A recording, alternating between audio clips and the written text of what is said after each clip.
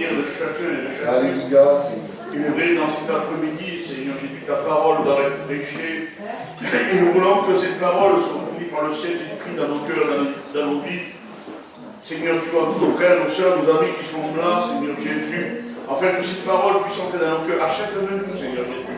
Nous voulons être à l'écoute de ta parole. Bénis notre frère maintenant, Seigneur. Bénis-le pour nous, Seigneur. Afin que ce soit un canal de bénédiction pour chacun de nous encore cet après-midi. Que je veux glorifier ton nom, exalter ton nom, et afin de dire merci Jésus. Amen. Amen. Amen. Gloire à Dieu. Dans sa présence, pas plus qu'hier. Il a promis 2 ou 3, il sera là. C'est-à-dire qu'il n'y aurait que moi avec une seule personne. Le Seigneur serait là pour honorer sa parole. Nous sommes ensemble dans cet après-midi pour s'exhorter. Voilà, vous savez très bien, je vous l'ai dit hier, ici ce n'est pas une salle de tribunal. Ici personne n'est jugé, personne n'est rejeté, bien loin de là. Ici nous sommes là justement pour recevoir ce que lui seul peut donner. Amen. Je l'ai dit, la prière c'est le miracle. Je ne peux pas me garder toute une journée. La Bible dit, si l'Éternel ne veille, celui qui veille, veille en vain. Si l'Éternel ne bâtit la maison, celui qui bâtit, bâtit en vain. C'est-à-dire que constamment, il nous faut un gardien, constamment, il nous faut un bâtisseur. Constamment, il nous faut quelqu'un qui fait ce qu'on ne sait pas faire. On peut se confier dans celui qui sait tout, qui connaît tout d'avance. Il peut véritablement veiller sur nous.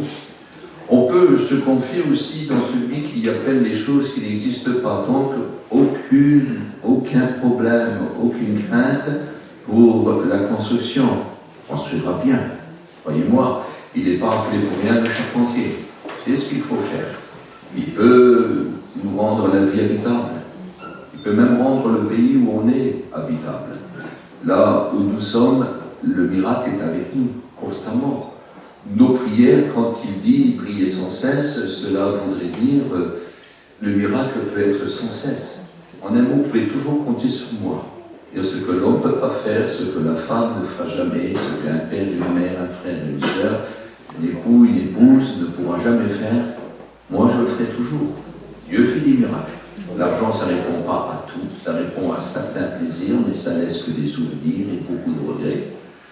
Le maître, il répond à tout. Soit jeune, qu'on soit vieux, il répond à tout. Que ce soit pour notre vie, même pour notre mort. Il n'y a pas longtemps de cela, un homme me dit ces mots. Il me dit, à cause, vous avez vu, tous les attentats, la mort, nous, on ne peut pas le nier. Il dit, moi, bon, s'il faut mourir pour le Seigneur, aucune importance. Je dis, bon, tu voudrais mourir pour lui, mais tu ne veux pas lui donner ta vie. Alors je ne comprends plus rien. Tu ne te convertis pas, et toi tu dis que tu serais prêt à mourir pour lui. Écoute, ne te tracasse pas pour ta mort. S'il programme ta vie, il programmera aussi ta mort. Laisse-le programmer au moins ta vie. Alors nous, ce qu'on veut, c'est que le Seigneur programme véritablement notre vie. Pas ce que je veux, mais ce que tu veux. Pas ma volonté, mais ta volonté. Et nous savons très bien que c'est inutile d'essayer de faire marcher notre ballon de notre volonté, vu qu'il est écrit, tout est accompli. Il a tout accompli d'avance. Je lis dans le livre des Éphésiens, chapitre 2, verset 10, il est écrit que nous sommes l'ouvrage de Dieu, créé en Jésus-Christ, pour accomplir des bonnes œuvres qu'il a lui-même préparées d'avance, afin que nous les accomplissions. C'est accompli. À faire par volonté, ça deviendrait alors de la désobéissance. Ça viendrait de la soumission, de l'insoumission, de la rébellion et de la révolte. Je n'y tiens pas. Il ne tient véritablement pas. Je veux que le Seigneur, et je crois que vous le voulez aussi, autrement je ne serai pas là cet après-midi, on veut que le Seigneur, lui, fasse sa volonté en nous. Et c'est ce qu'il y a de mieux, parce que nous sommes créés en Jésus-Christ, sur le modèle du Christ. Est-ce que vous pouvez être mieux? Il est écrit au début, Dieu créa l'homme à son image, à sa ressemblance. Je peux vous garantir qu'en Jésus-Christ, c'est vraiment à son image et à sa ressemblance. Alors pourquoi essayer de nous-mêmes? Faisons-lui confiance, mais faisons tout ce qu'il nous montrera. Ce n'est pas le moment d'être paresseux. Elle lui dit, ayez du zèle, non de la paresse, servez le Seigneur, soyez fervents d'esprit. Ayez du zèle, non de la paresse, soyez fervents d'esprit, servez le Seigneur. C'est tout. On ne peut pas le servir n'importe comment. C'est lui qui nous place là où il faudra, c'est lui qui nous dira ce qu'il faut faire, et surtout il le fera avec nous. Et ce qui est exceptionnel, c'est qu'il nous en récompensera par-dessus le marché. Alors ça, c'est vraiment gentil de sa part. Écoutez, j'aimerais lire un passage avec vous. Ça se trouve dans le livre des Proverbes, au chapitre 6. Et on va lire ensemble, si vous le voulez bien, au verset 6. Écoutez-moi. Va vers la fourmi paresseuse et considère ses voies et deviens sage. Je recommence. Va vers la fourmi paresseuse, considère ses voies et deviens sage. Alors écoutez, nous vivons en 2015, bientôt en 2016, des paresseux, ça n'existe plus. C'est pas la course à l'armement, c'est la course au bien-être. Alors on ne se casse pas la tête pour cela, des paresseux, il n'y en a plus. C'est très rare. Les gens aujourd'hui travaillent, alors je ne veux pas traiter qui que ce soit de paresseux, on en est loin du compte. Je crois même que certaines personnes perdent leur temps à travailler pour ce qui ne rapporte rien, pour ce qui ne nourrit pas, pour ce qui ne rassasie pas vraiment. Je le crois véritablement. Mais là, maintenant, il va être question de spiritualité. Spiritualité. Je vous ai dit, n'ayons pas de la paresse, mais du zèle. C'est pas moi qui le dis, soyez fervents d'esprit, servez le Seigneur. C'est important. Ayez du zèle, non de la paresse. C'est écrit. À partir de ce moment-là, peut-être que le Seigneur veut réveiller quelques-uns cet après-midi. Ils sont bien gentils, tout beau. Ils font de tort à personne. Mais le problème, c'est qu'ils font rien. Et ça, c'est embêtant. Vous savez, ces petits gens inoffensifs. Oh, un bon petit chien. Un jour, on avait acheté un meuble. Oh, il y a longtemps, c'était en Belgique, j'étais jeune. Et on était parti en mission. Et puis, j'avais été travailler avec un copain à nous. Et puis, on avait trouvé un meuble. Un meuble qui valait un petit peu d'argent. Et puis, on l'avait laissé dehors toute la nuit, parce qu'on ne savait pas où mettre. On l'avait mis sur le toit de la voiture, on l'avait descendu dehors. Et on l'avait mis dehors. Et puis, il y a eu un temps, c'est que moi j'ai dit, écoute, ce meuble, il va se faire rouler dehors. Il dit, il n'y a pas de danger, je mon chien. Ah, tu vois le chien que j'ai. Ah, personne ne va s'approcher. Oui, mais le lendemain matin, le meuble n'était plus là, puis le chien avait rien dit. Alors, il n'était pas méchant, quel bon petit chien. Il n'est pas plus gentil, il bougeait la queue toute la journée, vous voyez. Il n'est pas meilleur que ce chien-là. Oui, mais il était bon à rien. Il ne faisait rien. Il ne faisait rien du tout. Je dis, toi, ce chien-là, si c'est moi toi, je m'en débarrasse. Il ne sert à rien. À rien. Bon, c'est une histoire comme une autre. Hein. Mais ce que je vous dis, moi, je vous donne des paraboles que je possède. Hein. Et voilà. Vraiment, un chien qui ne valait pas grand-chose. Alors, bien gentil, pas méchant. Oh là là, un enfant pouvait s'amuser avec, il ne risque rien, il ne mordait aucun enfant, mais ne faisait rien. Absolument rien. Et des gentils, il y en a beaucoup. Mais gentils paresseux, c'est gentil. Vous savez comment que le Seigneur appelle le paresseux le méchant? Vous connaissez cette histoire-là? Un maître voulant rendre compte à un de ses serviteurs. Il l'appelle, il avait fait venir d'autres qui avaient répondu à leur appel. Tu m'as donné 5 talents, voilà, en voilà 5 autres. J'ai travaillé et j'ai fructifié. Bien. Un autre vient avec 3, oh, qu'est-ce que c'est bien. J'en ai donné 3, tu m'en amènes encore 3 de plus, formidable. L'autre il vient avec 2, c'est bien, tu m'en amènes encore 2 autres, c'est très bien.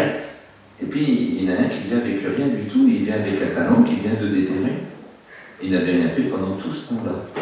Il dit, oh Seigneur, c'est beaucoup trop dur, parce que tu sais ce que tu nous demandes, ça prend du temps, ça donne du travail. Seigneur, tu es dur, écoute, on est sur la terre, on a nos problèmes. Et puis même il va jusqu'à dire, tu es méchant. Donc tu dis que je suis dur, et tu n'as fait rien. Tu dis que je suis dur, et tu n'as pas mis mon argent chez un banquier pour qu'il rapporte, puis là, entraîné. Écoute, paresseux. Il va l'appeler méchant. Tu es méchant parce que tu m'as plus de dur. alors que le Seigneur nous aide en toutes choses, notre capacité vient de lui, que sans lui on ne peut rien faire, mais c'est très dur d'aimer ce qu'on n'aime pas. C'est très dur d'aimer la vie de quelqu'un si on ne supporte pas cette vie-là. Il faut véritablement aimer cette personne pour pouvoir supporter cette vie-là. On entend parfois des mots qui paraissent bêtes, avec cette personne, même s'il faut mourir, ça ne me dérange pas. Même si je deviens pauvre, ça ne me dérange pas. Aucune importance. Je voudrais être avec cette personne-là parce que j'aime beaucoup cette personne-là. Mais le problème, quand on n'aime pas la vie de quelqu'un, c'est qu'on n'aime pas véritablement cette personne-là. Si on n'aime pas ce qu'elle propose, si on n'aime pas ce qu'elle donne, si on ne fait aucun cas de ce qu'elle promet, à partir de ce moment-là, c'est qu'on ne lui donne aucune importance. Et ça, c'est dangereux. C'est appelé ça serviteur ou servante paresseux et méchant. Et qu'il dit au niveau de ce serviteur paresseux que ses mains seront liées. Il ne pourra plus jamais rien faire. Que ses pieds seront liés. C'est-à-dire qu'il ne pourra plus jamais aller quelque part pour son maître et jette-le dehors dans les ténèbres du dehors. C'est grave ça, non? On sait très bien ce que cela veut dire et je ne veux pas rentrer dans les détails. Nous allons voir ensemble un petit peu la fourmi, parce qu'il est écrit « considère ses voies ». Est-ce que ça vous plairait un petit peu de considérer les voies de la fourmi? Bon, il y a beaucoup de variétés de fourmis. Hein. Alors on va essayer de voir celle qu'on connaît le plus, celle de nos pays, un petit peu. On ne va pas rentrer dans tous les détails. Il y a toutes sortes de fourmis. Hein. Mais on va voir quelques points. Essayer de s'exhorter ensemble. Amen. Est-ce que vous êtes d'accord? C'est très très important. Amen. Voilà. Alors la première des choses, dans les fourmis qu'on connaît le plus, tenez, je remets les loups, parce que ça ne sert rien. Voilà. Vous avez les porteuses. On va les appeler les ouvrières, bien qu'elles sont séparées quand même. Il y a les porteuses, il y a les ouvrières. Il y a les sentinelles, il y a les guerrières, il y a les trieuses et il y a la fourmi bonbonne. On va essayer de voir ça, vous venez? Amen. Écoutez, vous verrez, il n'a pas fait ça, il ne faut pas sortir de l'école de Saint-Cyr, vous verrez, il n'y a rien, mais si ça peut... La première des choses que je voudrais vous dire, ils vivent grâce à leur reine.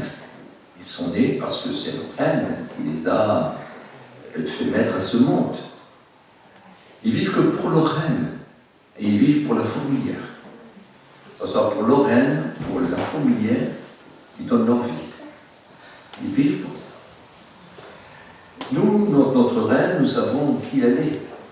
C'est la parole de Dieu, c'est notre reine. C'est elle qui nous a fait naître à la vie de Dieu.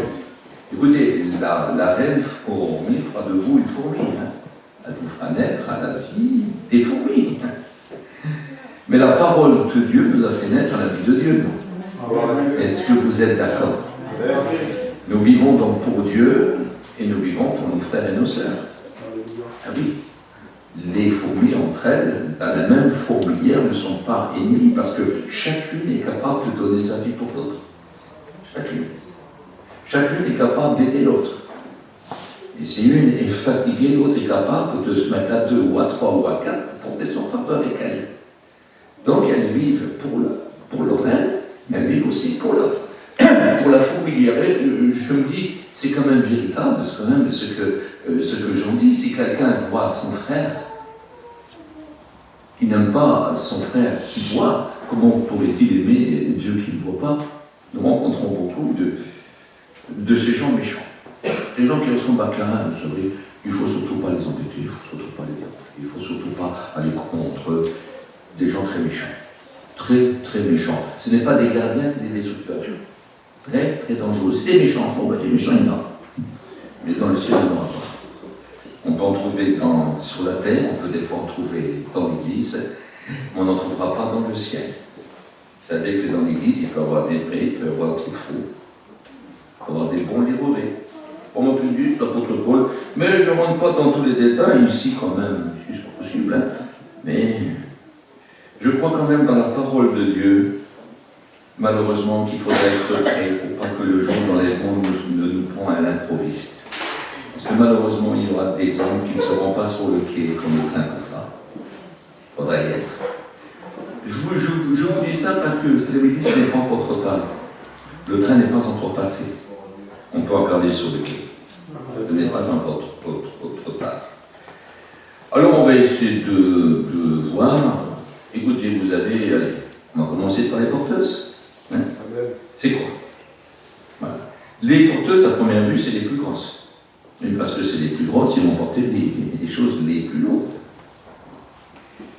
Vous savez qu'il va y avoir avant tout une formule, on pourra l'appeler un petit peu l'éclaireuse, qui part en avant. Et elle va chercher de la nourriture. Elle va chercher de la nourriture. Et quand elle va trouver de la nourriture quelque part, elle va y mettre un son, évidemment, et elle va mettre une certaine odeur sur cette nourriture-là, pour qu'on reconnaisse le coin. Vous savez? Et aussi, elle va commencer à en manger, pour se donner des forces. Mais avec l'appel qu'elle fait et l'odeur qu'elle fait, il y a des sentinelles qui vont remarquer ça et qui vont appeler les autres. Elle va commencer, elle a deux estomacs. Elle a un estomac pour se nourrir, mais elle a un estomac où elle va commencer à manger des choses, mais prédigérées, et préparées à nourrir quelqu'un d'autre, sans manger. Et les premières qui vont arriver, ils vont déjà être un petit peu fatigués. Si on envoie quelqu'un chercher de la nourriture, c'est qu'il n'y en a pas, c'est qu'il faut qu'on trouve un nouveau coin. Et à partir de ce moment-là, ils arrivent un petit peu fatigués, mais comme elle a préparé quelque chose de prédigéré, elle leur donne à manger à eux et ils mangent, ils se mettent à une tâche aussitôt. Et les autres arrivent. Et ça va commencer à faire de cette façon-là. Ce qui est beau, c'est qu'ils vont se nourrir, mais en donnant à manger aux autres. Elles vont se nourrir, mais en pensant aussi qu'il va falloir amener de la nourriture pour l'hiver, parce qu'il faut que tout le monde vive, car vous verrez que dans la fourmilière, il y a des gens qui ne bougent pas.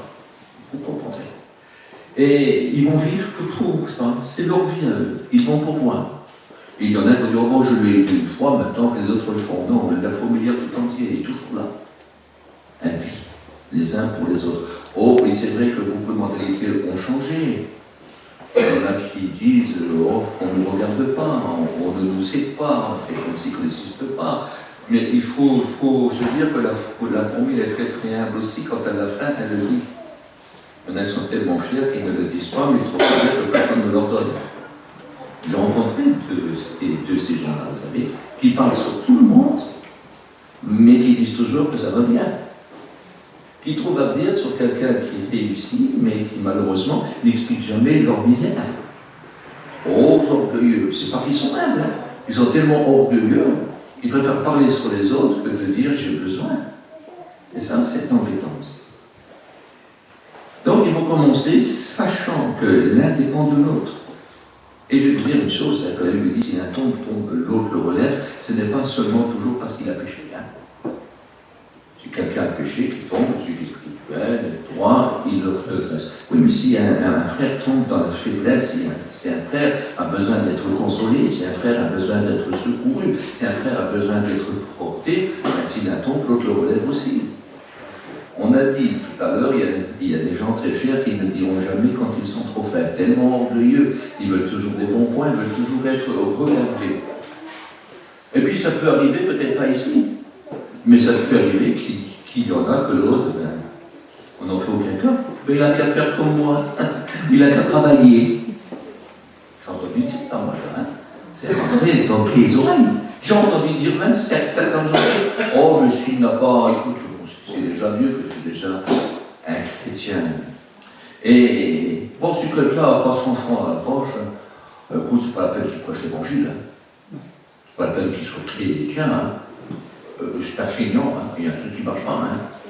Eh bien, écoutez, si tous les pauvres sont des feignants, les apôtres devaient être vraiment fainéants.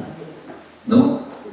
Donc, ce n'est pas un défaut d'être pauvre, ce n'est pas un défaut d'être riche, mais dans la Bible, on s'est rendu compte que le plus riche n'avait rien de trop, que le plus pauvre ne manquait de rien, parce qu'ils étaient une fourmilière. Ils étaient tous ensemble, parce qu'ils étaient nés d'une seule reine, de la parole de Dieu. Et je pense que la parole de Dieu, c'est pour tout le monde. Bon, je ne parle pas dans les détails, c'est que la parole de Dieu, on a beaucoup de choses à dire. Hein. Donc, on voit que, par exemple, que si jamais il y a quelqu'un qui a un poids trop lourd, ça peut arriver, hein, le poids est trop lourd. Vous avez vu de ces fourmis-là, beaucoup trop lourds. Non, plusieurs fois son poids. Je crois que c'est 7 fois. Ma enfin, je n'en suis pas trop sûr, mais elle porte un poids. Des fois, c'est encore trop lourd. Alors, il en vient une autre. Et si c'est pas assez, il en met encore une autre. Et s'il n'y a pas assez, il en met encore une autre. Et vous avez vu, des fois, plusieurs fourmis qui portent ensemble une grosse charge. Et ils y arrivent. Parce qu'ils s'y mettent ensemble. Et je crois que si tout le monde se mettrait ensemble, ben c'est mieux. Non? C'est tellement mieux. C'est plus facile de parler sur les gens que de les secourir. Hein? Non? Si tout le monde se mettrait. Il est faible, on le porte. Non? Il n'a plus la force d'avancer, ben on le porte. On va quand même voir. Et écoutez, le Seigneur dit qu'il est le bon berger, et puis qu'il ira voir les brebis qui sont blessées, celles qui n'ont plus la force de marcher. Il les portera ou les mettra sur ses épaules, leur donnera du lait si c'est des agneaux, et les amènera avec joie dans la bergerie. Mais comment il va faire ça, le maître? N'est-il pas dans le ciel? Comment va-t-il faire cela? Mais nous a-t-il pas dit que nous sommes son corps? Nous sommes son corps, non? Oui. Nous sommes ses bras, nous sommes ses jambes, nous sommes ses yeux, nous sommes ses oreilles, nous sommes sa bouche. Oui. Comment va-t-il secourir le monde? Comment va-t-il secourir le frère? Mais c'est toujours par un autre frère. Non? Est-ce que c'est la vérité? Mais c'est une réalité. Il va se servir que son corps.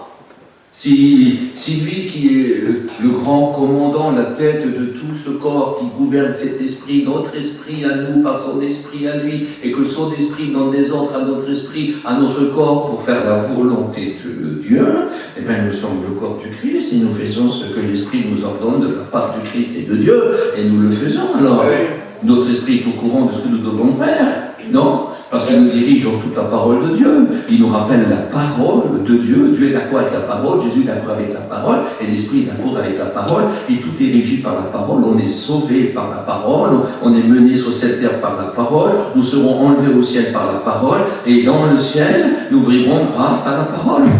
C'est important quand même. Donc on ne va pas négliger ça. On ne va pas négliger ça, c'est des choses qu'on garde. Donc comment que Dieu va chercher la brebis égarée, comment qu'il va la porter, comment qu'il va la nourrir, comment qu'il va la soigner, comment il va lui donner à boire, comment qu'il va la ramener dans la bergerie? Mais c'est simple, avec son église, avec son corps. Il écrit qu'il est monté au ciel, et puis qu'il a reçu une onction supérieure à tous. Comme disons dans le psaume 133, il est doux, il est bon, agréable pour des frères d'être unis ensemble. C'est-à-dire de pouvoir se regarder, parce que c'est ce que le vrai texte dit, de pouvoir se regarder face à face pendant l'instruction du maître. C'est-à-dire on va le faire, et rien qui nous arrêtera, le corps tout entier est d'accord. La main gauche est d'accord avec la main droite. Nous sommes d'accord ensemble. Nous sommes d'accord. Nous sommes prêts tout ensemble. On va laisser nos différends, on va laisser d'autres orgueils, on va laisser toutes nos mauvaises habitudes, on abandonne tout. Le maître nous parle, nous sommes à son enseignement, nous sommes liés par la parole de Dieu, nous vivons par elle. Notre conscience, notre vie est dictée par la parole de Dieu et est esclave de la parole de Dieu. Très important. Il dit, c'est là que l'huile précieuse descend sur la tête, sur la barbe, sur le visage de Aaron.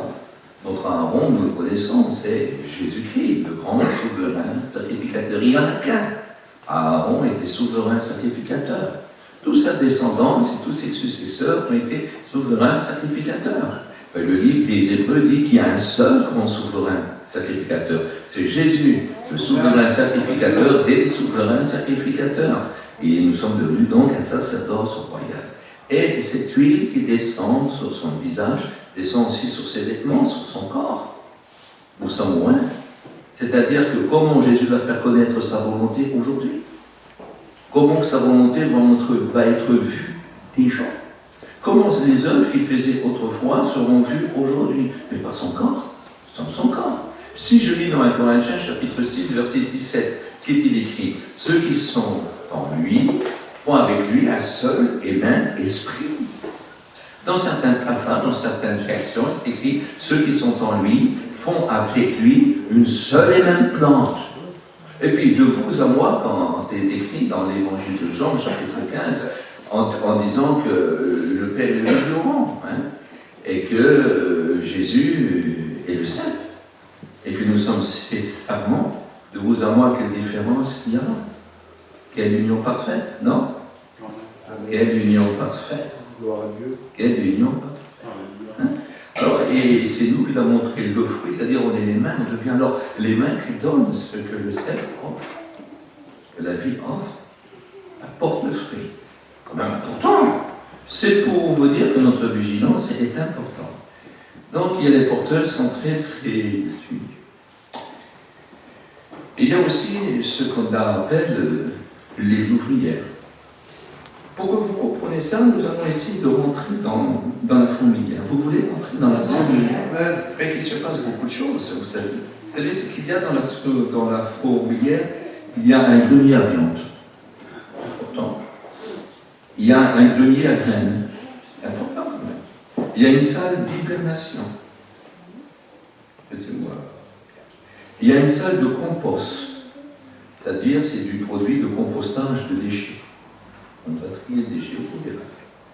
Il y a une chambre royale, c'est la reine, très importante. C'est comme le cœur même de la fourmilière. Il y a une couveuse pour les œufs.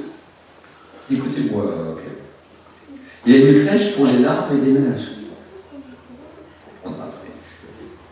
On continue. Hein. Qu'est-ce qu'il y a aussi? Il y a une crèche pour les larves. Les nymphes, il y a une salle de compost, et voilà, et il y a une couveuse pour les œufs. Nous allons essayer de voir ça, et un dernier point que nous verrons. Qu'est-ce qu'il y a donc? Un grenier à viande, un grenier à graines. Il se passe une chose, afin que vous compreniez bien, il va se passer une chose quand les porteuses vont arriver avec leur fardeau. Elles prennent ce qu'elles peuvent. Et souvent, ce qu'elles peuvent peut être mélangé avec des choses qui ne sont pas bonnes, impures. C'est coulé. Mais au lieu de les juger, de les condamner, quand elles arrivent, les trieuses, elles trient. Mais elles ne disent pas un mot. Elles les aident. Et les autres y repartent. Elles ne les accusent pas parce qu'il y en a, écoutez, toute leur vie, il y en a pendant 20 ans, ils ont prêché à merveille, mais un jour, sans le vouloir ou involontairement, ils ont dit quelque chose qu'il ne fallait pas. Directement, ils seront jugés. Les 20 ans qui étaient bien, c'est rejeté. On l'oublie. Or, il y en a peut-être qu'on peut tomber sur des jaloux, malheureusement. Ça existe, parce que moi, en 44 ans, j'en ai rencontré. On peut tomber. Ils attendent l'occasion, vous dites une petite bêtise pour dire, oh oui, mais t'as vu, là, il s'est trompé, hein. Quelle erreur. Mais il y a des trieuses, là. Et quand ils arrivent, il n'y a pas d'accusation. Non. L'autre est repart. Il se passe une chose, on enlève. Il trie. Parce que juste à côté, là, vous verrez à côté de n'importe quelle fourmilière, il y a un petit tas. C'est vers quoi ça, ce petit tas-là? Pour les ordures. Un centre de triage, il y a un centre de triage. Et puis, on jette là, et les cadavres aussi. Ceux qui sont morts. Parce qu'il y a une différence entre ceux qui vivent et ceux qui ne vivent plus. Il y a une différence entre ceux qui sont avec Dieu et ceux qui ne le sont plus. Dans la fourmilière, il faut que ceux qui sont avec Dieu. Les autres, ils sont sortis. Est-ce que vous réfléchissez à ça? Quelqu'un qui vient, qui fait ce qu'il peut, il peut se tromper. On a le droit de se tromper. Il y a un bon conseil, arrêtez de parler sur cette personne-là. Les serviteurs de Dieu sont assez grands pour dire, frère, qu'est-ce que tu as dit là? Mais après, là, tu t'es trompé. Ah oui, c'est ce que je suis bête. Il n'a pas péché, vraiment. Il n'a rien fait de mal, hein? Arrêtons de juger les gens parce qu'ils sont arrivés 5 minutes de retard. Arrêtons de juger les gens car parfois il y a eu un petit problème. Il faut savoir ce qui est. Il faut savoir ce qui est bon. N'oublions jamais ce qui est bon. Et vous verrez qu'il y a plus de bons que de mauvais. Non? Vous verrez qu'il y a plus de bons que de mauvais. Il faut arrêter, il faut écouter. Charité, hein? Charité et amour, hein? On est bien content que le Seigneur nous fasse charité. Je vous en supplie. Parce que si on devrait compter combien de fois que nous, on a dû demander pardon à Dieu en secret, et puis les guerrières, elles sortent. Hein. Aussitôt qu'on entend un cri, elles sortent, elles se passent à certains endroits, et elles attendent ce que la sentinelle va faire. Si elle voit, elle court. Ça peut être d'autres fourmis, parce que les autres fourmis font ça. Ils savent que la vie ne durera pas toujours. Vous savez, par exemple, une reine, elle vit 10 ans à 15 ans. Et les fourmis un petit peu moins. Je voudrais vous faire comprendre et réaliser une chose. Ils savent que la fourmilière, il faudra la quitter un jour. Ils savent que dans le coin où ils sont, ça ne durera pas toujours. Ça va durer des années qu'il faudra, mais un jour la nourriture, il n'en aura plus. Parce qu'eux, ça détruisent tout, hein. Ils n'avaient pas. Non, ils savent que tôt ou tard. Alors, ils vont partir. Certains pas comme ça, à la recherche. Ils essayent de se mélanger, essayent de voir d'autres fourmilières. Et comme il y a toujours des gradés dans les fourmis, selon les gradés qu'ils voient, ils connaissent le nombre de la fourmi. Le nombre de cette fourmilière-là. Et s'ils sont plus nombreux, c'est-à-dire s'ils sont plus nombreux, ils laissent tomber. Mais s'ils sont beaucoup moins nombreux, ils attaquent et détruisent tout le monde. Vous avez compris ça? Parce que ce n'est pas tous des bons, hein? Vous allez essayer de réaliser, on ne va pas leur ressembler à eux, hein? Mais comment peut-on faire pour les éviter? Nous, on n'est pas d'accord. Parce que, écoutez, il y a des approprieurs, hein, de l'œuvre de Dieu. Ils ne veulent surtout pas mettre l'œuvre de Dieu en pratique dans leur vie, mais s'en approprier, ça, ils aiment ça. Moi, j'ai rencontré des hommes qui aimaient plus l'œuvre de Dieu que Dieu. Hein. Et quand l'œuvre leur fait ôter, ils laissèrent tomber Dieu. Ils entraînèrent leurs femmes et leurs enfants et leur père et leur mère, et les entraînèrent dans le désordre et dans la vie sans Dieu. Parce qu'ils préféraient l'œuvre que Dieu lui-même. Et pour faire partie de l'œuvre. Et puis pour avoir l'œuvre, il faut être l'œuvre aussi. Pour faire partie de l'œuvre, quelle importance. Pour vivre l'œuvre, il faut être né par l'œuvre. Il faut être né pour l'œuvre. Puis il faut vivre pour l'œuvre, mais seulement en Dieu. Dieu, le patron de cette œuvre-là. Et ça, mes amis, c'est très, très important. Alors, regardez-moi. Ils vont reconnaître par l'odeur, parce qu'il y a l'odeur de la reine. Ils ont tous à peu près la même odeur. Et eux-mêmes ont une odeur personnelle. Est-ce que vous savez que la fourmi, écoutez, elle possède un acide. Vous avez vu, des fourmis qui mordent, hein? Elle possède un acide, elle injecte selon l'autre. Il y en a qui sont plus puissantes. Et cet acide peut être acide à 50%. Imaginez la force, puissance que ça a. Imaginez quand le nombre est supérieur, ce qui peut se passer. Nous, on est beaucoup plus fort, hein, parce que nous, on ne marche pas sur le coup de l'acide, nous, on marche sur le coup du sang de Jésus-Christ. Mais nous, on n'attaque personne, on se défend. C'est différent. On protège l'œuvre de Dieu. On se protège les uns les autres. Et si jamais le fleuve, si l'épreuve viendrait à déborder comme un fleuve, l'Esprit de l'Éternel le mettra en conflit.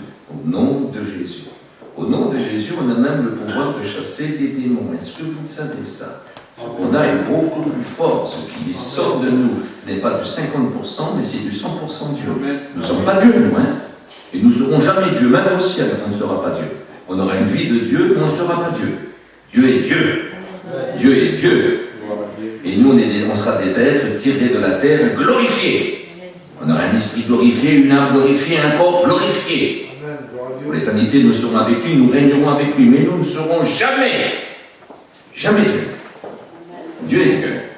Oui, mais la force qui émane de nous, la force qui nous protège, la force qui est avec nous, la force qui nous fait avancer, et le nom par lequel nous avançons, c'est divin.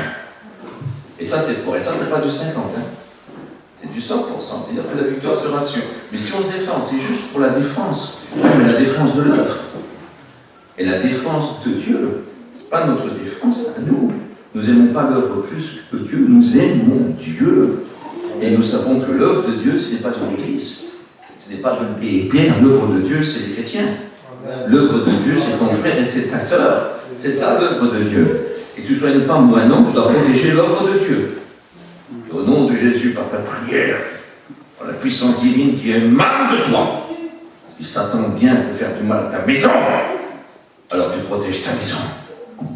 Est-ce que tu comprends? C'est ta maison principale, c'est l'église. Très, très important.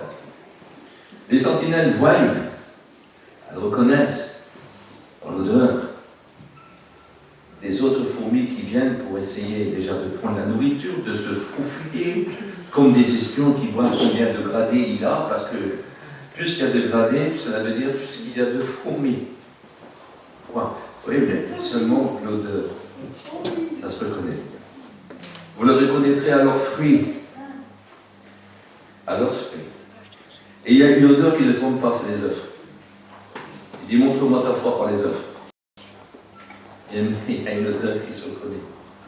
Les œuvres, il y a quelque chose qui ne marche pas. Et ils le voient, ils font une seule chose, ils feront quoi? Mais ils s'appellent des guerriers. Et les guerrières attaquent. Et c'est à la vie à la mort. Hein. La guerrière, elle va pour mourir. Hein. Ce que je voudrais vous dire, qui nous est rappelé, que notre vie ne nous appartient pas, enfant. Ça ne nous appartient pas.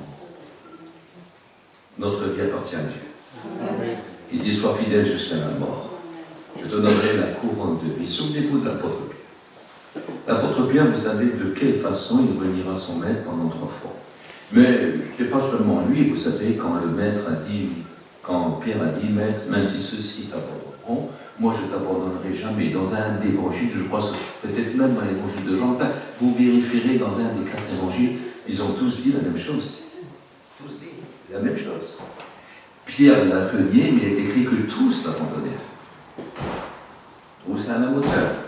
Et c'était tout à fait normal, ce n'était pas l'heure pour eux de mourir, c'était le maître qui devait mourir pour eux, pas eux. Eux devaient porter l'évangile jusqu'aux extrémités de la terre. C'était différent. Mais bien sûr, Pierre en avait gros sur la patate, hein, parce que Pierre aimait vraiment le maître Jésus, puis il aurait voulu mourir pour son maître, mais il n'en était pas capable. Qu'as-tu que tu n'as reçu, et si tu l'as reçu, pourquoi tu t'en glorifies? Alors, ce qui s'est passé, c'est que le maître est ressuscité. Et puis, il dira aux femmes, écoutez, prévenez des disciples et prévenez Pierre, que je les précéderai en Galilée. Et puis, du côté de Tibériade, vous savez que le lac est immense, hein, il fait quand même 22 km sur 11 km de large. Et puis, il y a plusieurs villes. À l'époque, il y avait 8 villes qui l'entouraient. Et il s'appelait souvent le nom des villes qui étaient là, mais surtout, on l'appelait surtout le lac de Tibériade, parce que Tibériade était une des plus grandes villes du tour de ce lac-là. On l'appelait aussi la mer de la Galilée. Il avait plusieurs noms. Et là, à Tibériade, ils sont en train de pêcher, mais ils ne pêchent rien de la nuit. Et il se passe qu'au matin, le maître est là, sur le rivage. Il crie très fort, enfant, avez-vous mangé?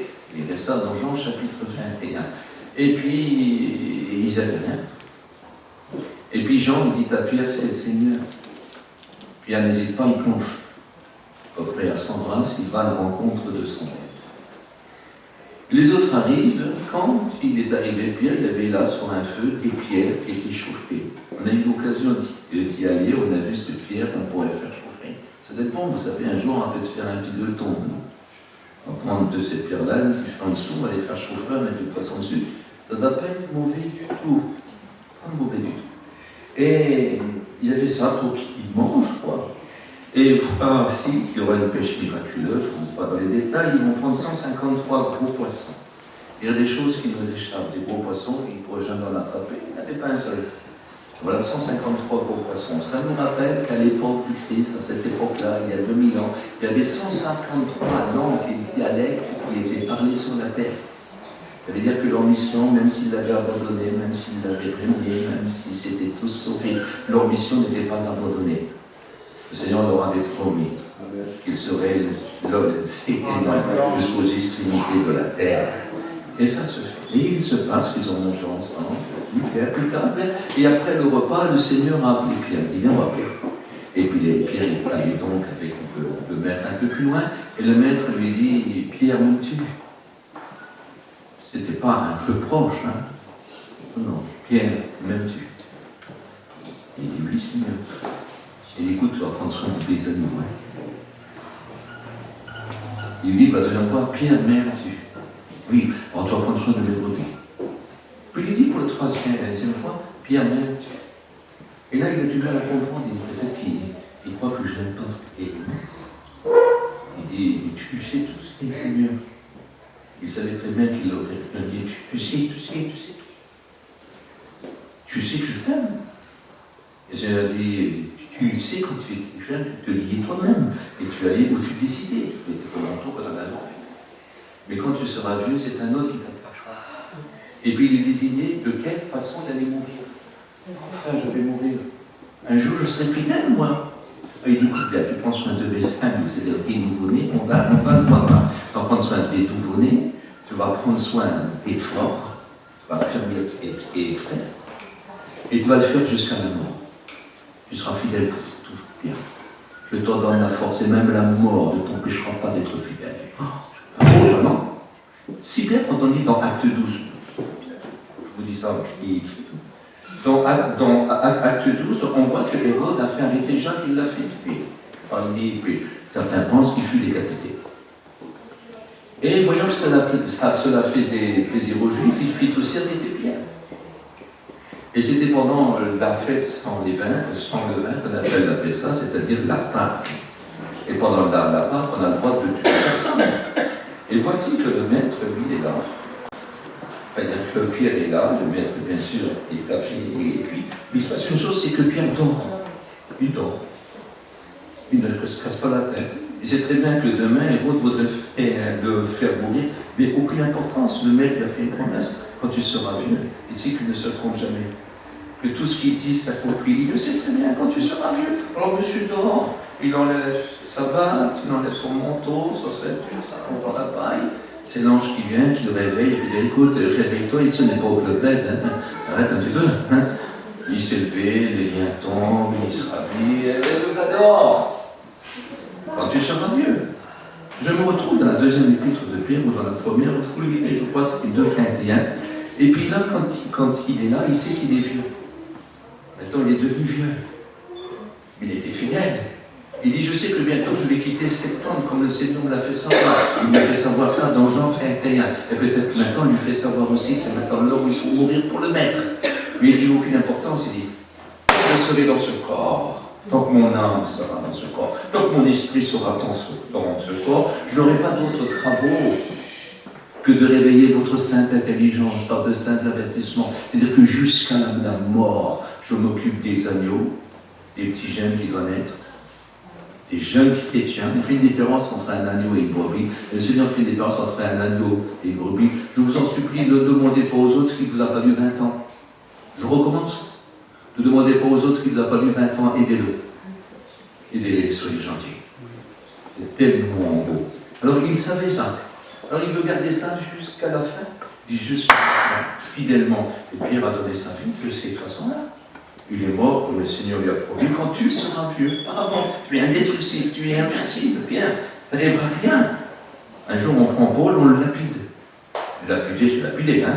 C'est des pierres de 10 kilos, de 5 kilos, de 3 kilos, de 2 kilos. Vous allez sur la tête, des trous se cassent, hein. Les côtes sont cassées, les bras sont cassés, vous êtes désarticulés, hein. Mais les frères l'entourent, je ne sais pas s'il est mort. Certains le pensent, mais on ne va pas rentrer dans les détails. Tout ce que je sais, qu'il n'y a pas eu résurrection, bien qu'au plus profond de mon cœur, c'est impossible. Il y a eu quand même une guérison miraculeuse, il est cassé la tête aux pieds. Le Seigneur parle à son apôtre, lève-toi et se lève. Il n'a plus rien. Il est couvert de sang, mais il n'a plus rien. Même s'il n'est été cassé, il n'est plus. Tout est remis en place. Tout est bien. Le boulot n'était pas fini, son travail n'était pas fini. Mais un jour, il devenait un vieillard. Et vous savez ce qu'il dit? Je sers déjà de libation. C'est-à-dire, je sers du petit gâteau, là. De ce petit gâteau avec du miel et du sel que le riche comme le pauvre peut l'offrir parce que c'est pas cher. C'est la fleur de farine. Et c'est un cadeau d'amour, c'est une offrande d'amour, de livraison totale à Dieu. C'est représentant notre faiblesse, mais remise à lui entièrement jusqu'à la mort. C'est quand même l'homme qui disait Christ est ma vie, la mort m'est un gain. C'est quand même l'homme qui a pu dire ces mots, c'est maintenant je vis pour celui qui m'a aimé le premier, qui s'est livré lui-même pour moi. Et il dit je sers déjà de libation. Je m'offre à Dieu. Il sait qu'il va mourir. Il dit, mais j'ai combattu le bon combat de la foi. Quelque temps auparavant, il a dit, ce n'est pas que j'ai atteint la perfection, mais j'y cours. Dans la carrière qui m'est ouverte, qui m'a laissé qu'il est allé au bout. Je sers déjà de libation, mais je n'ai pas relié la foi. Non, non, non. J'ai combattu le bon combat de la foi.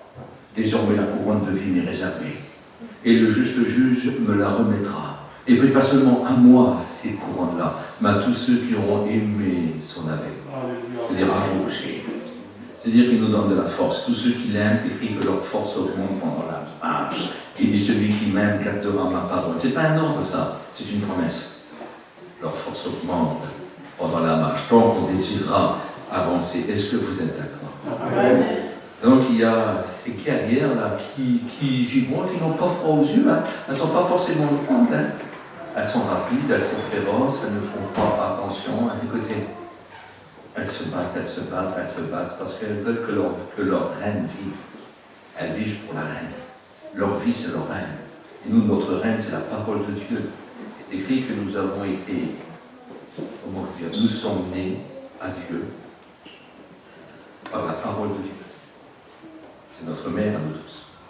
C'est cette parole-là qui nous fait vivre. C'est dans cette parole-là que nous devons mourir. C'est-à-dire que nous devons aller jusqu'au fidèle, jusqu'à la fin. Le cœur soumis à cette parole-là. Je continue un petit peu. Est-ce que vous êtes d'accord avec ça? Oh, il y avait tellement de choses à dire, mais regardez, je n'ai même pas pris de versets, parce que c'est beaucoup trop long, des exemples, il y en a plein. Il y a aussi ce qu'on appelle la fourmi bonbonne. Vous la connaissez? Alors elle est pas belle, elle est affreuse, elle est grosse, on mange tout ça. Écoutez, on dirait un Saint-Bernard, avec son tonneau là, mais c'est pas un Saint-Bernard, il est encore plus beau lui. Mais il y a des blessés sur le chemin. Il y a des porteuses épuisées qui ont été attaquées patte à patte. Il y a des guerrières en train de mourir. Des sentinelles qui sont blessées. Ils n'ont plus de force. Alors elles s'approchent, la fourmi bonbonne. Puis quand elle s'approche, les autres fourmis qui sont un peu épuisées, qui n'ont plus de force, vous savez, avec leur crochet, je ne sais pas comment on peut appeler ça, elles leur rentrent dans sa poitrine, comme dans son cœur. Et là, elle boit un sucre spécial. Comme tout l'amour de cette bonbonne qu'elle peut apporter. Et elle reprend des forces. Et elle revit. Quand le combat est trop dur, Jésus est arrivé. Celui qui a donné sa vie. Celui qui a donné sa vie. Alors à première vue, elle ne paraît pas précieuse. Quand on la voit, quand on n'a pas besoin, on la met souvent dans un placard. Mais quand ça va mal, il n'y a qu'un seul nom qui vient à nos cœurs. Jésus. Jésus. Jésus, c'est le plus précieux. Quand ça va bien, des fois, on l'oublie. Je n'ai besoin de rien. Quand ça va vraiment mal, l'homme commence à penser bien. Il voit que toute sa vie, il va aller poursuite du vent, qu'il a combattu pour rien. Et là, celui qui est compatissant, il ne nous châtie pas, il ne nous punit pas selon notre méchanceté, selon nos péchés. Lui, il vient. Il vient vers ceux qui l'ont oublié, mais qui se rappellent de lui, qui le rappellent. Et il est possible que parmi nous, il y a des gens qui l'ont oublié. Et peut-être même se sont dit, je vais retourner à la réunion, que le Seigneur me parle, parce que moi, je n'ai plus la force, je vais bien voir. Eh bien, écoute, tu n'as plus de force, tu es sur le chemin, tu es en train de mourir, mort, c'est des fils séparés. Tu commences à être séparé de Dieu, tu commences déjà à sentir l'enfer. Mais seulement Jésus vient. Et si tu veux plonger tes regards dans son cœur, tu te rassasier encore de son amour. Celui qui ne se lasse pas de pardonner, ce n'est pas trop tard. Tu peux encore être béni. Tu peux encore revenir. Tu sais qu'en temps de guerre, le lâche, ici-bas, le traître est fusillé. Mais pas pour le maître Jésus. En temps de guerre, le lâche, le traître, celui qui a trahi, qui a collaboré avec l'ennemi. Après tout péché, c'est collaborer avec l'ennemi. Je vais même vous dire, je vais vous faire comprendre une chose. Il dit, si quelqu'un pêche volontairement, qui intercédera pour lui? Car c'est volontairement qui piétine aux pieds le Fils de Dieu, c'est-à-dire la volonté de Dieu, la parole de Dieu. C'est volontairement qu'il doit désobéir. Il sait que ce qu'il fait n'est pas bien, il le fait quand même. Qui va intercéder? Plus personne. Ce gars-là, dans son état, va en enfer. Comment qu'il dit? C'est la Bible. Parce que Jésus-Christ, le grand intercesseur, n'intercède pas pour ceux qui pêchent volontairement. Il pêche que pour les pécheurs repentants. Quand l'homme reconnaît qu'il n'est plus rien, quand le pécheur qui vit un péché volontaire, mais se sentant loin de Dieu et reconnaissant ses torts et qui de tout son cœur n'est plus un pécheur volontaire mais qui devient un pécheur repentant, il vient. Quand il voit qu'il ne vaut plus rien, qu'il est blessé par son péché, il est en train de périr éloigné de Dieu, il vient. Le pécheur volontaire, de toute façon on pêche toujours volontairement, c'est très rare quand c'est involontairement. C'est pratiquement toujours volontairement. On sait très bien ce qu'on fait. Même un inconverti capable de dire à certains chrétiens, vous êtes des chrétiens, vous n'avez pas le droit de faire ça. Et vous direz, vous savez pas, mais si. C'est volontairement, presque toujours. Très rare, involontairement. Très rare et très rare. Parce qu'on n'est quand même pas bête, hein. Non? Depuis qu'on a mangé la pomme, les pépins ont resté, hein. On sait ce que ça veut dire, hein. On sait le danger. On sait où il est. On le sait très bien. La plupart du temps, c'est le péché volontaire. Mais on peut toujours devenir un pécheur repentant alors. Le péché volontaire, c'est celui qui ne veut pas se repentir. On a choisi de pécher, on sait que c'est mal, mais on le fait combien? On est venu à la réunion, on a un programme qui n'est pas bien pour demain, pour lundi. On a une petite affaire qui n'est pas du tout claire et qui ne plaît pas à Dieu. On vient à la réunion, peut-être même demain on prendra l'art Saint-Saint, tout en sachant que lundi on le fera quand même. Faites très attention qu'il va intercéder pour cette chose-là. Oh, écoutez, il faut que le pécheur volontaire devienne pécheur repentant. Je regrette. Le regret, c'est quoi? Repentant signifie amer regret. C'est quoi amer regret? Ça sera à refaire. Je ne le referai plus. Et ça plaît à Dieu. La Bible dit si quelqu'un ne fait pas le mal, mais en rêve, c'est comme s'il l'a fait. Si quelqu'un n'est plus capable de faire le bien, mais qu'il en rêve, c'est son désir. Ah, ça plaît à Dieu. Voilà un cœur selon le cœur de Dieu. Un cœur qui désire le bien. Un cœur qui veut marcher dans le bien. Un cœur qui veut plaire à Dieu. Un cœur qui se repent quand il a péché. J'ai choisi un homme selon mon cœur. Et ça, c'est important. Est-ce que vous comprenez? Un homme repentant. J'essaie que vous réalisez ça parce que c'est très très important, parce que j'ai du mal à croire que tout est net. Excusez-moi de vous dire ça, hein. Je ne suis pas un prophète, hein, non. Mais j'ai du mal à croire parce que je sais que la vie que nous vivons est une vie très très difficile. Et qu'à la fin des temps, nous rencontrerons des gens parce que l'iniquité va tellement croire que la charité, l'amour pour Dieu, la charité de plusieurs, d'un plus grand nombre se refroidira. Que l'amour du plus grand nombre se refroidira. C'est ce que ça veut dire? La Bible dit que l'amour consiste à garder sa parole. Les gens ne supporteront plus la sainte doctrine, la Bible dit. Et la charité du plus grand nombre. Il y aura des grands réveils sur toute la terre, mais dans l'Église, beaucoup. Le plus grand nombre ne feront peut-être plus partie du nombre. Nous devons faire très très attention. Oh, qui dit, vous savez, c'est la Bible. Alors, vous savez, ils reconnaissent à leur odeur par leurs fruits. Nous sommes en effet la bonne odeur du Christ, de Corinthiens, chapitre 14, verset 15. Nous sommes la bonne odeur du Christ. En parole, on voit tout de suite, vous savez, on voit vite. Et puis, qu'est-ce qu'on voit, les mauvaises œuvres? On voit vite. Ce qui est bien, vous savez, ils avaient eu d'autres odeurs, mais un autre son aussi. Des églises de chaque, les fourmis de chaque fourmilière a son odeur et son son.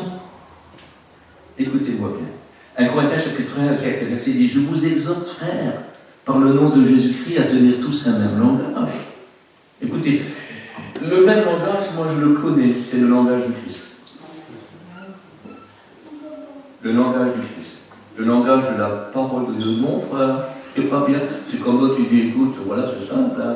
Tu n'es pas chrétien, tu peux le faire. Non, tu n'as pas le droit. Moi, je n'ai pas le droit de pécher parce que je suis converti. Toi, inconverti, tu n'as plus le droit de pécher, tu dois te repentir et dire à Dieu. Autrement, tu vas en enfer. On n'a pas le droit. Le péché est défendu pour tout le monde.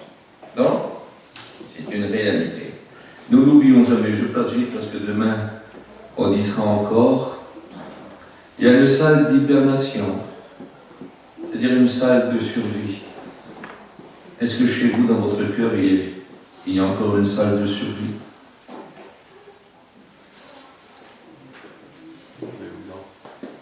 Est-ce que vous êtes prêts? Est-ce que vous avez encore à cœur l'égaré?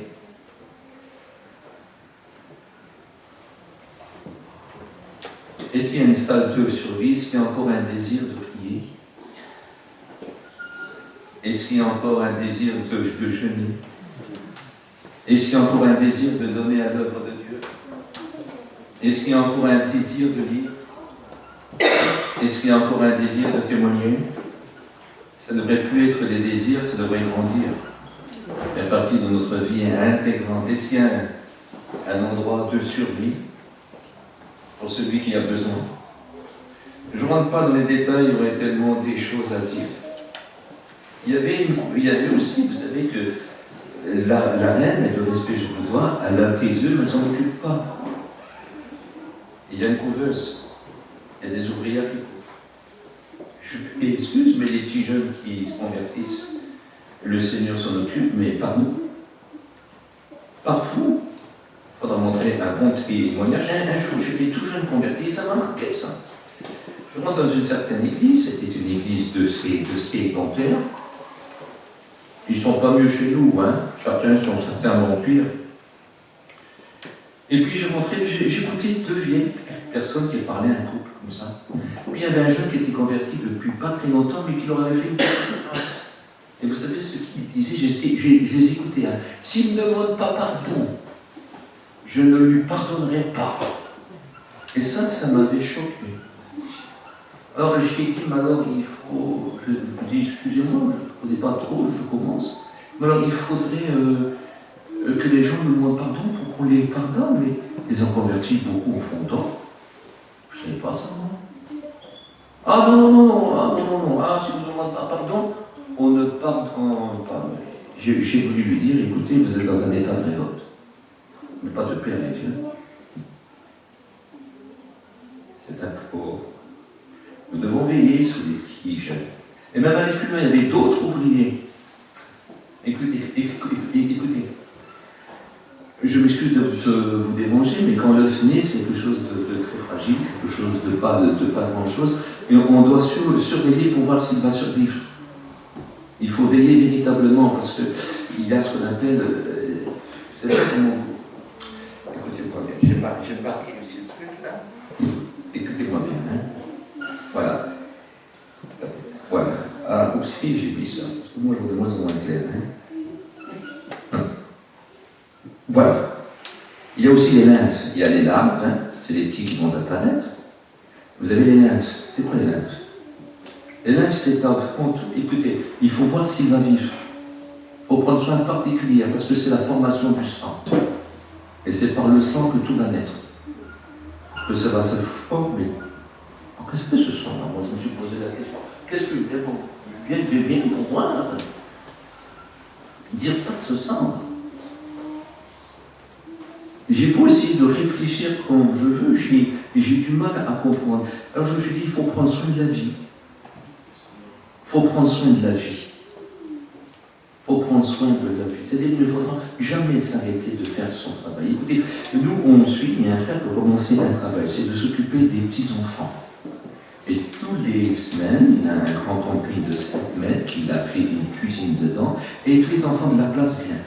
Et puis il aura un travail incroyable, parce qu'il aura appris des choses que l'autre semaine, quand il venait, il récitait par cœur. Et les enfants commençaient à prier, ça avait beaucoup changé. On voyait même les parents venir faire le tour de la camping pendant ces réunions-là. Et pendant que les enfants pleuraient, les parents se mettaient aussi à pleurer et puis à prier avec eux. Et puis les enfants devenaient polis, gentils. Ils ne se disputaient plus. Même à l'école, c'était étonnant, mais il a fait une bêtise, il a arrêté. Et tout s'est terminé. Les enfants sont enragés. Pas plus mal polis au monde. Il vous faut un dégât comme c'est pas possible, il fallait le veiller. Il fallait continuer. Le boulot, on le continue. Et dans certaines assemblées, c'est formidable chez les sédentaires, hein, on s'occupe des enfants en bas âge. Mais ça aide beaucoup, hein. Vous savez, des fois on entend « Oh maman, t'as vu, il a dit un gros mot ». Et parfois chez nous, c'est le contraire. L'autre dit un gros mot, l'autre en dit un double, un plus fort encore. Non mais c'est pas grand-chose de ça, hein. Il faut faire attention à la vie. Parce que plus tard, on peut le regretter. Il faut faire attention. Dans une église, il faut beaucoup d'ordre. Il nous faut beaucoup d'ordre. Et ça, mes amis, c'est très très important. Il y a la chambre royale. Je vais m'arrêter après. La chambre royale, c'est quoi? Mais c'est notre cœur. Après tout, c'est dans notre cœur que tout sera dicté. On fait toujours ce qu'on préfère. Le siège même de tous nos sentiments. Dieu dit, donne-moi ton cœur. C'est-à-dire que je prends toute la place. Mais nous, quand on parle de Dieu, on parle de toute sa volonté, on parle de toute sa royauté, et on n'a pas le droit de le faire pour un petit moment. Et c'est-à-dire que son règne est sans fin et sa domination éternelle, nous sommes obligés de l'accepter de cette façon-là. Il faut qu'il ait la chambre royale. Vous savez que, où il peut se reposer. Et tu dis que Dieu avait créé son œuvre, il se reposa. C'est toujours le symbole de repos. Mais le péché a troublé Dieu. Il a fallu qu'il donne son fils. Ce que je voudrais essayer de vous faire comprendre, c'est que le cœur n'est pas bien grand. Il fait quelques centaines de grammes, je ne sais pas si c'est 300 grammes. Il n'est pas bien grand, mais il est réclamé par l'univers entier. Il est réclamé par le diable et ses démons. Il est réclamé par la chair et le monde. Il est réclamé par Dieu. Dans ce cœur qui est une salle immense, puis que l'univers le réclame, il y a un trône. J'ai le droit de lui asseoir si j'en ai envie, c'est mon cœur, c'est pas vie. Le trône, Satan et ses démons voudraient bien s'y asseoir aussi, le monde et la chair voudraient bien s'y asseoir, mais Dieu aussi voudrait s'y asseoir. Alors je me souviens que le Maître Jésus nous a appris à prier dans Matthieu 6, il nous a appris à prier en disant notre Père qui est aux cieux, que ton nom soit sanctifié, que ton règne vienne et que ta volonté soit faite sur la terre comme au ciel. Moi, je me suis dit, alas, il y a notre Père qui est aux cieux, il est bien sûr devenu d'autres pères en Christ, il y a d'autres pères que c'est normal qu'on a de la crainte et qu'on lui porte de l'honneur. Non, s'il est notre Dieu, c'est normal que nous l'adorons, qu'il est numéro un dans toute notre vie, et que c'est la personne qu'on aime le plus. Il dit celui qui n'aime pas son père, sa mère, c'est des mots durs, mais en hébreu c'est moins fort. En hébreu c'est écrit celui qui n'aimera pas son père et sa mère moins que moi.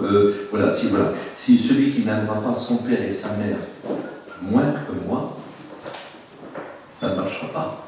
Celui qui aimera son père et sa mère plus que moi, ça n'ira pas. Ce qu'il faut, les amis, que nous devons aimer Dieu par-dessus tout. C'est-à-dire que moi, comme vous, je ne sais pas comment vous dire ça, on n'a pas le droit de pécher pour nos parents.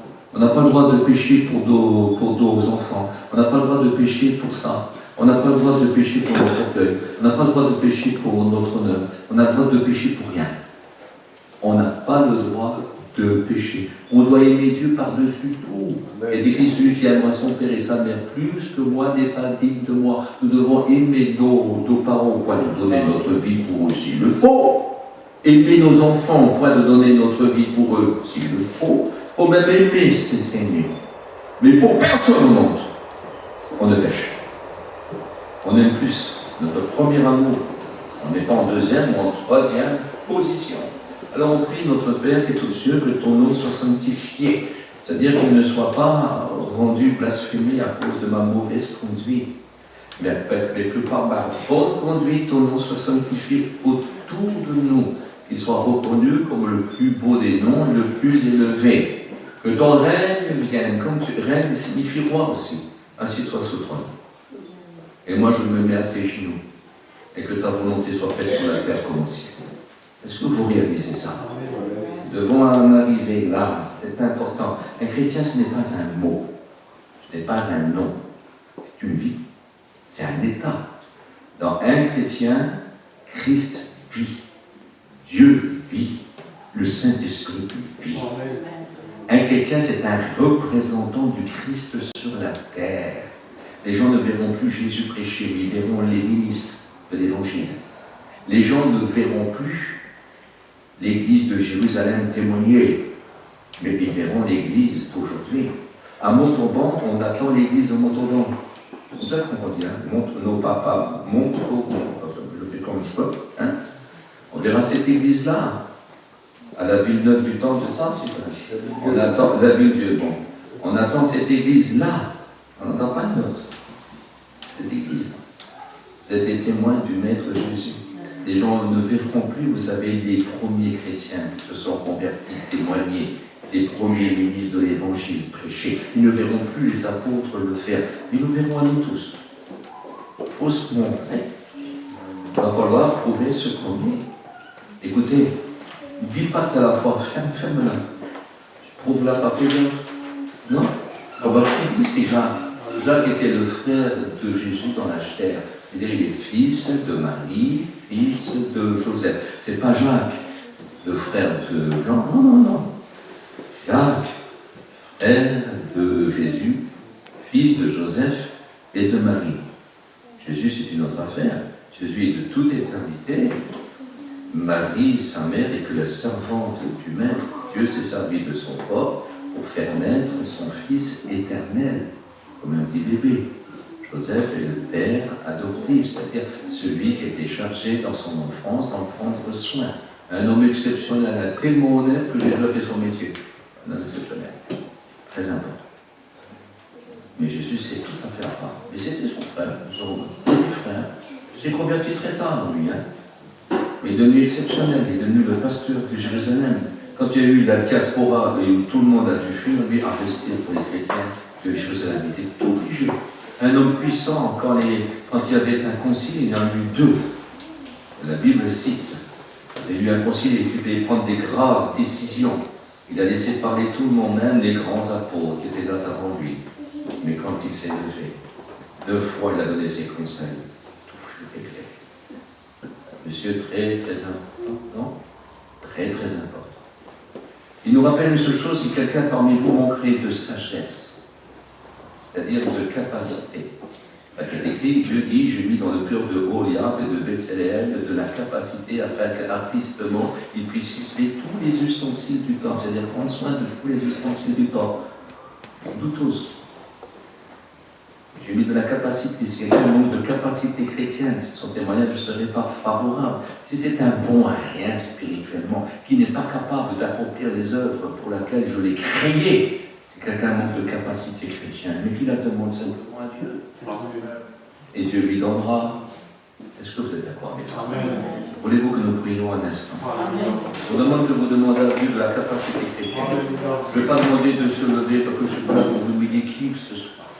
Votre vie privée, bien sûr, qu'elle me regarde. Mais c'est surtout votre état spirituel qui m'intéresse par-dessus tout. Et pour cela, je connais qu'un seul médecin, Jésus-Christ. Amen. Jésus-Christ. Alors nous allons prier un instant ensemble. Laissez sur votre chaise. Demandez-lui de la capacité. Sans douter. Écrit tout ce que vous demanderez selon ma volonté, mon Père qui est dans les cieux vous l'accordera. Et faire sa volonté, c'est dans sa volonté. Prions ensemble. Merci Seigneur. Merci pour ces quelques mots, merci pour ta parole qui est la vérité. Merci pour ce conseil, pour cette exhortation. Seigneur, merci parce que je me l'applique à ma vie, elle est pour moi, je veux la mettre en pratique. Donne-moi de la capacité chrétienne. Donne-moi de l'intelligence, Seigneur, avec assurance, je te dis merci, tu me l'accordes, tu vas me la donner, je serai encore meilleur, encore plus fort, je pourrai faire mieux pour toi, je pourrai aller plus loin pour toi, je pourrai faire plus pour toi, je te loue pour cela, car je sais c'est ce que tu veux. Seigneur, tu veux bénir mes frères et mes sœurs, tu aimes les hommes et les femmes de bonne volonté, mais si parmi nous il y a des pécheurs qui sont, Seigneur, volontaires, je te demande, Seigneur, s'ils sont devenus des pécheurs repentants, de les pardonner. Seigneur, pardonnez. Car tu as dit revenez à votre Dieu qui ne se lasse pas de pardonner. Donc tu veux pardonner. Et nous savons que 90% des péchés sont des péchés volontaires. Seigneur, mais toi, tu es prêt à pardonner. La folie des hommes. Car tu dis, toi, tu ne demeureras pas fidèle. 2 Timothée chapitre 2. Toi, tu ne demeureras pas fidèle. Et moi, je demeurerai fidèle. Car Dieu ne peut se renier lui-même. C'est toi qui l'as dit. Nous le croyons. Seigneur, il n'y a pas d'infidélité involontaire. Mais tu es prêt à pardonner, toi, dans ta fidélité. À toi revient toute la gloire. Amen. J'espère que je ne vous ai pas fatigué, mais moi, je me suis bien fatigué. Voilà.